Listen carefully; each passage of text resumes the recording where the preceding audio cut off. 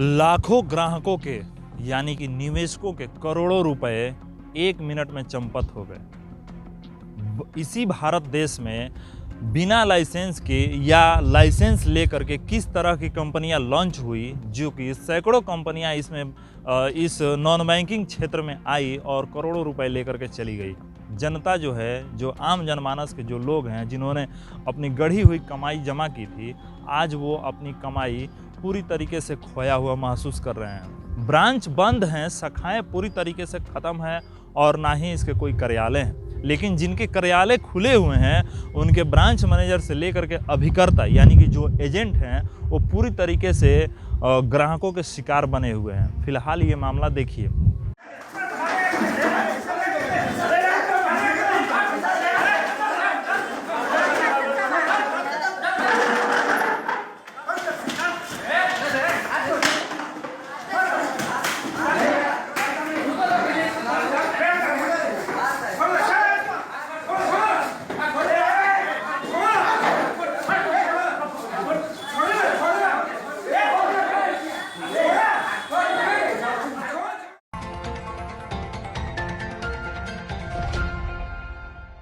देश में करोड़ों निवेशकों ने नॉन बैंकिंग कंपनियों में अपना पैसा लगाया हुआ है और यह जो नॉन बैंकिंग कंपनियां जो इस देश में एक आंधी की तरह आई और हवा की तरह चली गई। ये जितनी भी नॉन बैंकिंग कंपनियां आई, उनमें जिस तरीके से अगर देखा जाए तो तमाम पूरे भारत के हर राज्य के ऐसे करोड़ों निवेशक हैं जिन्होंने खरबों रुपए उसमें निवेश किए और वो कंपनियां उन्हें चंपत लगा करके चली गई। उनमें बहुत सारी ऐसी कंपनियां हैं जिनमें कि जिन्होंने लाखों लोगों को नहीं, करोड़ों लोगों को चूना लगाया हुआ है। ऐसे में अगर हम बात करें तो उसमें PACL जैसी कंपनियां भी शामिल हैं, जिसमें कि कुछ महीने पहले बहुत सारी उसकी ब्रांचेस खुली थी और जिसमें कि करोड़ों लोग उसमें पैसा भी इन्वेस्ट किए हुए थे। वहीं अगर बात किया जाए कि फिक्स डिपॉजिट और रेकरिंग के स्तर की जो लोग निवेशक थे, जो दुकानदार लोग थे, वो रेकरिंग भी उसमें जमा करते थे। लेकिन अंततः आज उसकी स्थिति ये है कि सारे निवेशकों के सिर पर इस तरह के तनाव बढ़ गए हैं कि वो वैसी कंपनियों का ब्रांच ढूंढते फिर रहे हैं कि वो कंपनियां के ब्रांच अब कहाँ हैं, उनके मुख्य कार्यालय कहाँ हैं। लेकिन दुर्भाग्य है कि ना ही उनकी कहीं कोई शाखाएं दिख रही है और ना ही उनके कोई मुख्य कार्यालय दिख रहे हैं। और साफ तौर पर जो निवेशक हैं, उनकी चिंताएं और गहरी होती जा रही है। कई ऐसे निवेशकों का कहना है कि वो अपने पैसे इन्वेस्ट करके यानी कि उसमें जमा करके वो अपने पैर में ही कुल्हाड़ी मार चुके हैं।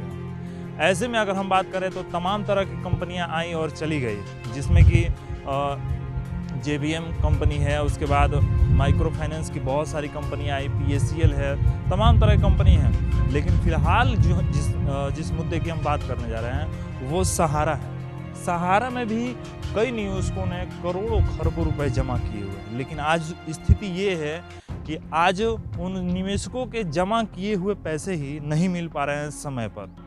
दुर्भाग्य है, ऐसे तमाम जगहों पर देखने को मिल रहे हैं कि जो निवेशक है काफ़ी परेशान है और उस परेशानी की जो लपेटे में आ रहे हैं, वो जो अभिकर्ता होते हैं, जो एजेंट होते हैं, वो इस मीडिएटर में वो कहीं ना कहीं घिरते हुए दिख रहे हैं। हम बात करें अगर हाल फिलहाल की, तो फिलहाल भोजपुर ज़िले के शाहपुर प्रखंड के वहाँ पर सहारा बैंक के एक मैनेजर की काफ़ी हद तक लोगों ने पिटाई कर दी और उसका आक्रोश यही देखा गया कि काफ़ी निवेशक जो हैं वो सहारा में अपने पैसे जमा किए हुए और अब उनके समय पूरे होने के बाद भी उनके पैसे नहीं मिल पा रहे हैं।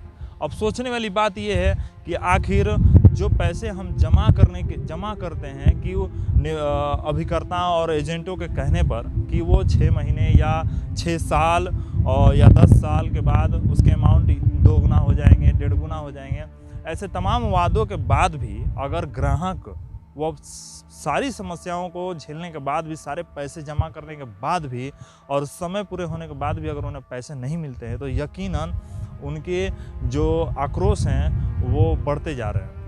ऐसे में जिस तरीके से एक वीडियो सामने आया हुआ है शाहपुर के ब्रांच का, सहारा बैंकिंग का, उसमें एक ब्रांच मैनेजर को, जो वहाँ के ग्राहक है, स्थानीय ग्राहक हैं, कहीं न कहीं पैसे की लेन-देन को लेकर के ही कि वो पैसे कब मिलेंगे, और इस तरह के ब्रांच मैनेजर की जो प्रतिक्रिया आई, उस पर तमाम जितने भी ग्राहक थे उनका आक्रोश टूट पड़ा। और पूरी तरीके से, बुरी तरीके से कहा जाए तो सहारा के जो शाहपुर ब्रांच स्थित शाखा है, वहाँ के ब्रांच मैनेजर को वो लोग पीटते हुए नज़र आ रहे हैं। आप वीडियो में साफ देख सकते हैं कि किस तरह की भयावह स्थिति पैदा हो रही है, जहाँ की कंपनियों के डूबने के बाद वो जो अभिकर्ता हैं, जो मैनेजर हैं, वो ग्राहकों के शिकार होते जा रहे हैं। देखिए इस वीडियो में।